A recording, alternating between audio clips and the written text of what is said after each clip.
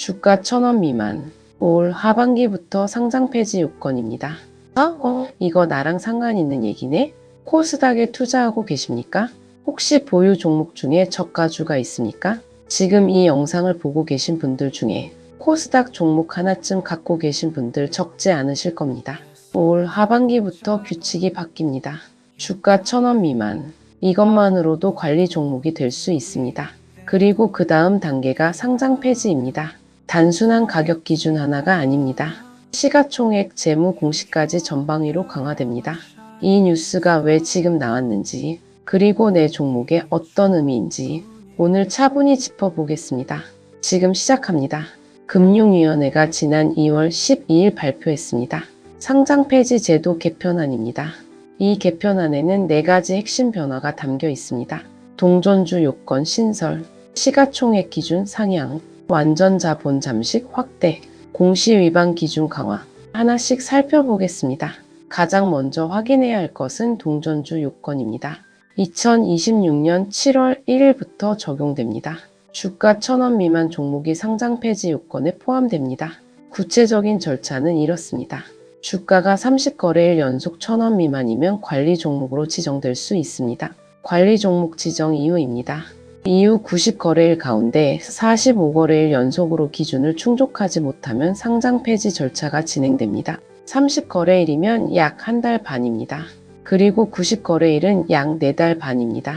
길어 보이지만 이미 저가에 묶인 종목이라면 체감 시간은 다릅니다. 여기서 한 가지 중요한 포인트가 있습니다. 액면 병합입니다. 일부 기업들이 주가를 형식적으로 끌어올리기 위해 액면 병합을 사용합니다. 예를 들어 500원짜리 주식 2주를 합쳐서 1주로 만들면 주가는 1,000원이 됩니다. 숫자는 올라갑니다. 하지만 이번 개편안은 이 방법을 막았습니다. 액면 병합 후 주가가 액면가에 미달하면 동전주 요건에 포함됩니다. 형식만 바꿔서는 피해갈 수 없습니다. 이 지점입니다. 실질을 본다는 뜻입니다. 다음은 시가총액 기준입니다. 코스닥 상장사 기준입니다. 2026년 7월부터 시가총액 200억 원 미만이면 상장 유지 요건에 저촉될 수 있습니다.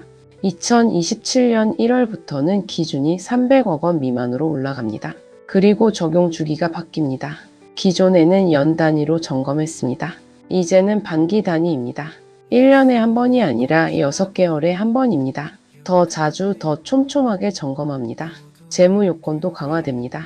완전 자본 잠식입니다. 자본 잠식이란 회사의 자본이 손실로 완전히 사라진 상태를 말합니다. 쉽게 말하면 빚이 자산보다 많아진 상태입니다. 기존에는 사업연도 말, 즉 연말 기준으로만 확인했습니다.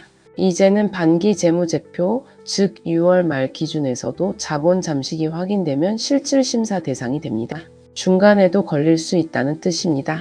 공시 위반 기준도 달라집니다. 공시 벌점 기준이 15점에서 10점으로 낮아집니다. 더 적은 벌점만 쌓여도 위험해집니다.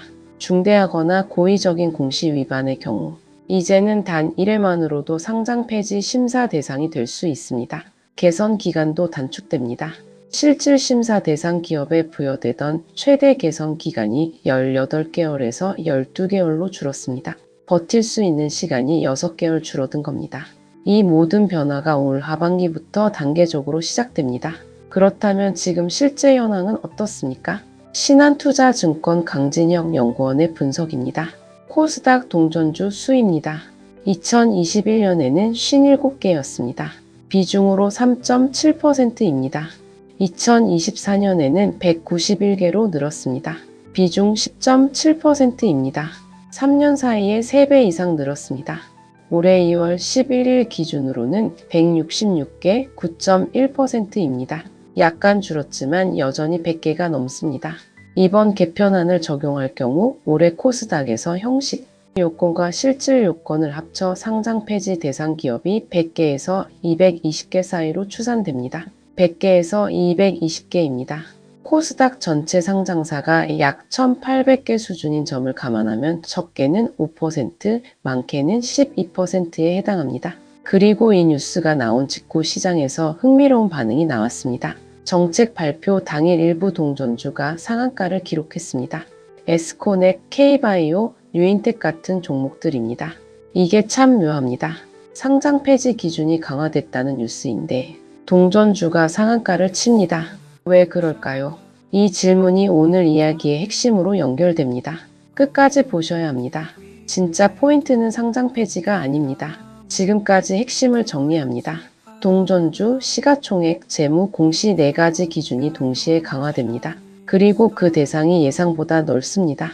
이제 이 흐름이 왜 만들어졌는지, 그리고 우리에게 어떤 의미인지를 짚어보겠습니다. 문제는 동전주가 아닙니다. 모두가 놓친 진짜 포인트는 따로 있습니다. 코스닥 시장의 구조적 신뢰 문제입니다. 잠깐 배경부터 짚겠습니다. 코스닥은 성장 가능성이 있는 중소벤처 기업이 자금을 조달하는 시장입니다. 코스피보다 상장 요건이 느슨한 만큼 혁신 기업들이 시장에 진입하기 쉽습니다. 그게 코스닥의 설계 목적입니다. 하지만 그 유연함이 부작용을 낳았습니다. 실적이 거의 없는 기업, 자본이 잠식된 기업, 공시를 제대로 하지 않는 기업, 이런 기업들도 상장을 유지할 수 있었습니다. 그 결과 동전주가 늘었습니다. 2021년 3.7%에서 2024년 10.7%로 급증했습니다. 이 수치가 무엇을 말합니까? 코스닥 전체 상장사의 10%가 주가 1,000원 미만이라는 뜻입니다. 10개 중 1개가 동전주입니다. 투자자 입장에서는 어떻습니까? 저렴해 보입니다. 싸게 살 수 있어 보입니다. 그래서 손이 갑니다. 하지만 그 이면에는 실적 없는 기업, 재무가 불안한 기업이 숨어 있을 수 있습니다. 그 위험을 투자자 개인이 고스란히 지게 됩니다. 이 구조를 바꾸겠다는 것이 이번 개편안의 본질입니다. 개별 사건이 아닙니다. 더 큰 흐름입니다. 정부는 코스닥의 신뢰를 회복하려 합니다. 상장 유지 문턱을 높여서 시장의 질을 끌어올리려 합니다. 이건 투자자를 위한 변화이기도 합니다. 건전하지 않은 기업이 상장을 유지하면 누가 피해를 입습니까? 그 주식을 들고 있는 개인 투자자입니다. 그러면 발표 당일 상한가를 친 동전주 이야기로 돌아가겠습니다. 강진영 연구원은 이렇게 분석했습니다. 상장 폐지 회피를 위한 주가 부양 기대가 단기 변동성을 유발할 수 있다. 무슨 뜻입니까? 상장 폐지 요건이 강화됐습니다. 기업들은 어떻게든 상장을 유지하려 합니다. 주가를 1,000원 이상으로 끌어올리려 합니다. 이 기대감이 단기 매수세를 불러옵니다.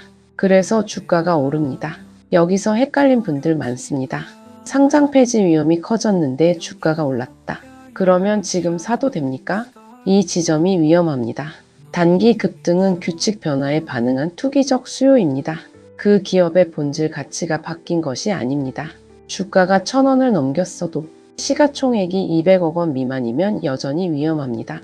재무가 잠식 상태라면 여전히 위험합니다. 공시 벌점이 쌓여 있다면 여전히 위험합니다. 하나만 봐서는 안 됩니다. 4가지 기준을 동시에 봐야 합니다. 이게 이번 개편안이 중요한 이유입니다. 가격 하나만 보고 움직이면 안 된다는 경고이기도 합니다. 코스닥 시장 전체로 시야를 넓혀보겠습니다. 상장 폐지 요건 강화는 단기적으로 시장에 충격을 줄 수 있습니다. 100개에서 220개 기업이 폐지 절차를 밟을 수 있습니다. 그 기업의 주주들이 영향을 받습니다. 하지만 중장기적으로는 어떻습니까? 시장의 체질이 개선됩니다. 부실 기업이 정리됩니다. 코스닥 전체의 신뢰도가 높아집니다. 그러면 외국인 투자자가 돌아올 여지가 생깁니다. 기관 투자자의 참여가 늘어납니다. 시장 전체의 유동성과 품질이 올라갑니다. 이것이 이 정책의 장기 목표입니다. 그래서입니다.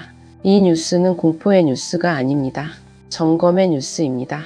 지금 내가 들고 있는 종목이 어느 기준에 해당하는지 그걸 확인하는 것이 지금 시점에서 가장 현명한 대응입니다. 지금까지의 핵심을 정리합니다.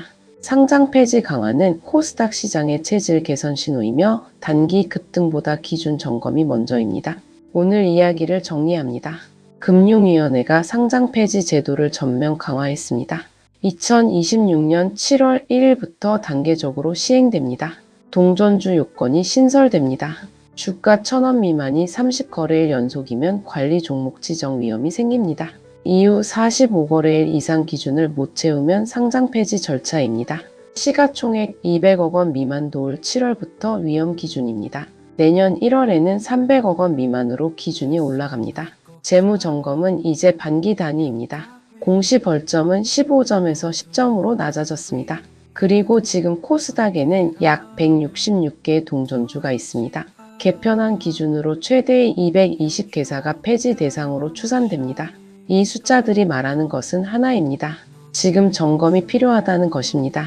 관리 종목으로 지정되면 어떻게 됩니까? 유동성이 급격히 줄어듭니다. 기간이 빠져나갑니다. 신용 거래가 제한됩니다. 그리고 투자자 심리가 위축됩니다. 그 전에 확인하는 것이 낫습니다. 액면 병합으로 주가를 올려도 소용없습니다. 병합 후 주가가 액면가 미달이면 그것도 포함됩니다. 가격만 보면 안 됩니다. 시가총액을 봐야 합니다. 재무제표를 봐야 합니다. 공시현황을 봐야 합니다. 이 네 가지가 모두 기준입니다. 오늘 한 가지 질문을 드리고 마치겠습니다. 지금 보유하고 계신 코스닥 종목, 주가 외에 시가총액과 재무 상태를 마지막으로 확인한 것이 언제입니까? 이 질문에 선뜻 답하기 어려우신 분들, 오늘이 그 시작이 되셨으면 합니다. 다음 영상에서는 이 흐름과 연결된 이야기를 이어가겠습니다. 관리 종목 지정 이후 실제로 어떤 일이 벌어지는지, 상장 폐지 절차는 어떻게 진행되는지, 그리고 그 과정에서 투자자가 알아야 할 것은 무엇인지 조금 더 구체적으로 짚어보겠습니다. 구독과 좋아요는 한 번 더 생각해 보게 만드는 힘이 됩니다. 오늘도 행복한 하루 되세요. 감사합니다.